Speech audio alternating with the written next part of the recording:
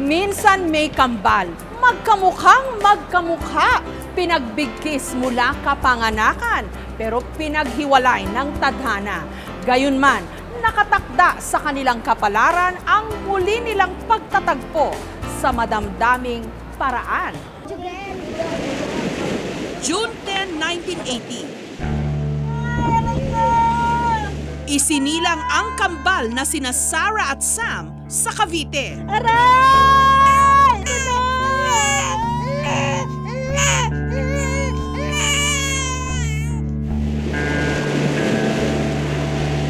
Pero dahil sa kahirapan, napilitan ang kanilang ina na paghiwalayin sila at ipaampon. Ang mas batang si Sarah, sa may kayang pamilya napunta. Childhood ko was very happy, no? I can say na na-enjoy ko yung kabataan ko. Sobra akong pinalaki ng parents ko na provided. No? Provided. Meaning, hindi naman yung sobrang luho, no? Yung hindi ako nahuhuli. Kung anong uso, meron ako. Samantalang si Sam,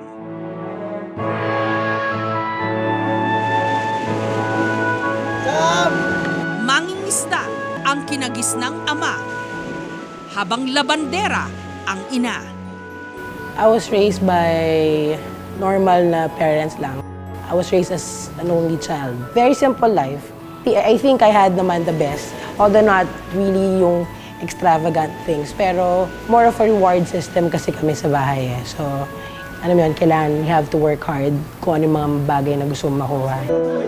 Sa magkaiba nilang buhay, kapwa sila nakaranas ng kalinga at pag-aaruga. Ngunit sadyang may mga nais bumasag sa katotohanan ng kanilang pagkatao. May naririnig na ako sa kapitbahay na hindi ka naman anak ng mga yan, ampon ka lang, ampon. So, siyempre ikaw, pag bata, iisipin mo, tuksuhan lang yan, di ba? Ganun naman nun eh. Ampon, makapang-inis lang. Dead ma, hindi ko masyadong ininda yun. Napipikon, pero hindi ko na-feel eh. Kasi hindi pina-feel sa akin ng parents ko na walang feeling na hindi ako tunay na anak. Kasi ramdam na ramdam ko yung pagiging tunay na anak ko talaga.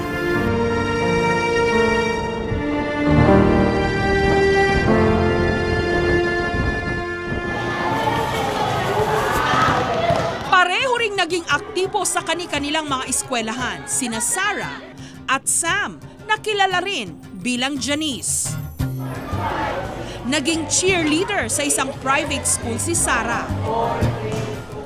Samantalang editor-in-chief naman ng school newspaper sa isang public school si Sam.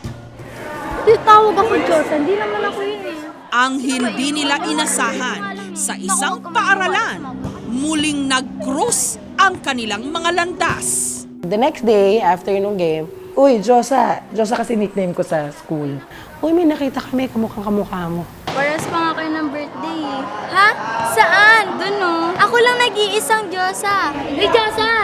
Diyosa! May tumawag sa akin, Josa. Josa. Ha? Josa? Yung ko dyan, hindi ko kilala yan. Sabi kong ganun. Tapos di, sige, go. Mamaya lumalakad ako. Janice, may tumawag sa akin. Nagpagupit ka na pala. Sabi niya, ha? Sabi ko, saan nang weirduhan na ako? Sabi ko, ba't may tumatawag sa akin? Sabi ko, hindi ako si Janice. Dahil sa pangyayaring yun, kakaibang kabaraw ang naramdaman ni na Sarah at Sam. Miss, may tatanong kami sa'yo. Ampun ka ba? Ganun ha, walang pakundangan. Talagang ampun ka ba? Sabi parang ako, ha?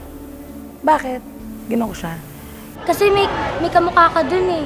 Kambal mo yata. Nagduktong-duktong sa utak ko na yung sinasabing may kakambal ka. Kasi even before nung bata ako, sinasabi na hindi mo naman parents yan. Sa tulong ng kani-kanilang mga kaibigan, sina Sarah at Sam nagdesisyong magkita. Una ko siya nakita malayo pa lang, parang there's a crowd na lumalapit sa amin. May umiiyak. Kasi super iyak talaga siya. So sabi ko, sino yun? Sabi niya, kayo kapatid mo, sabi niya ganyan. Yun, nung palapit na kino-cover niya yung mukha niya, Nung tinanggal niya yung kamay niya sa mukha niya. Sobrang ginusbumps talaga ako na, teka lang, bakit kamukha ko talaga siya. It was hard for me kasi hindi ko ma-explain yung feelings ko nun eh. Para akong galit. Para akong feel ko inagawan ako ng mukha. Pero sa halip na lukso ng dugo, mas nangibabaw raw sa kanila ang pagkailang. Siguro I didn't like the idea that may kamukha ako. I didn't like the idea na may kapatid ako. Kasi unlike her, I was raised talaga alone. Feeling ko para akong tinapatan ng salamin na, oh my God, ano to, perya talaga. Parang sabi ko, okay. So, hindi kami nag-usap masyado nun. Bakit hindi ka mga magulang ko? Kinausap ako ng parents ko. My mom and my dad was crying also. Kasi andun yung fear nila na porket nakita ko na yung kapatid ko, baka sumama ako. Baka magrebelde ako. Palagi niya sinasabi sa akin na hindi man ako galing sa sinapupunan niya, mahal niya ako bilang anak niya. Anak niya ang turing niya sa akin. Sabi ko, asan yung parents ko? Although, syempre, may konting sama ng loob in a way na bakit naitago niyo sa akin ng 15 years na may kapatid pala ako. Nakita ko sa parents ko yung takot. Sobrang natatakot sila na parang, mas mayaman yung kapatid mo, baka sumama ka doon, iwan mo na kami, ganyan-ganyan. Sabi ko, huwag nga kayo umiyak dyan. Bagamat nagkita na, ang kambal hindi raw agad naging malapit sa isa't isa. May kanya-kanya pa rin silang buhay. Hanggang minsang naglaya si Sarah sa kanila at nakitira siya kina Sam.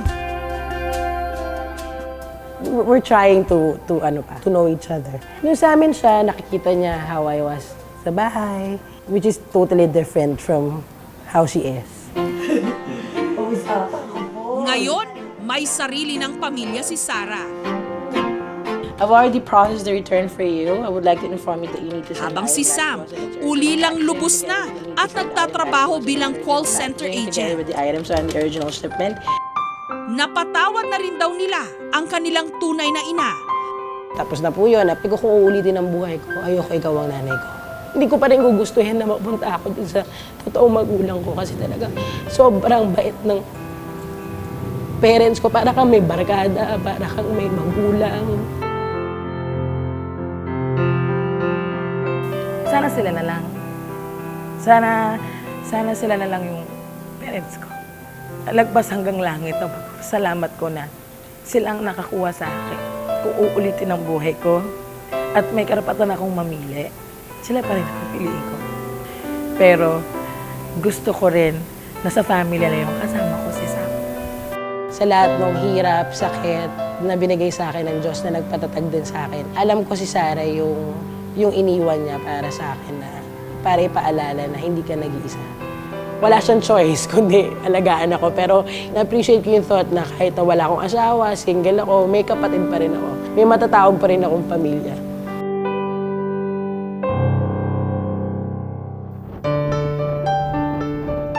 Kahirapan ang nagtakda para sila'y magkalayo. Pero tadhana ang gumuhit ng landas para muli silang magtagpo.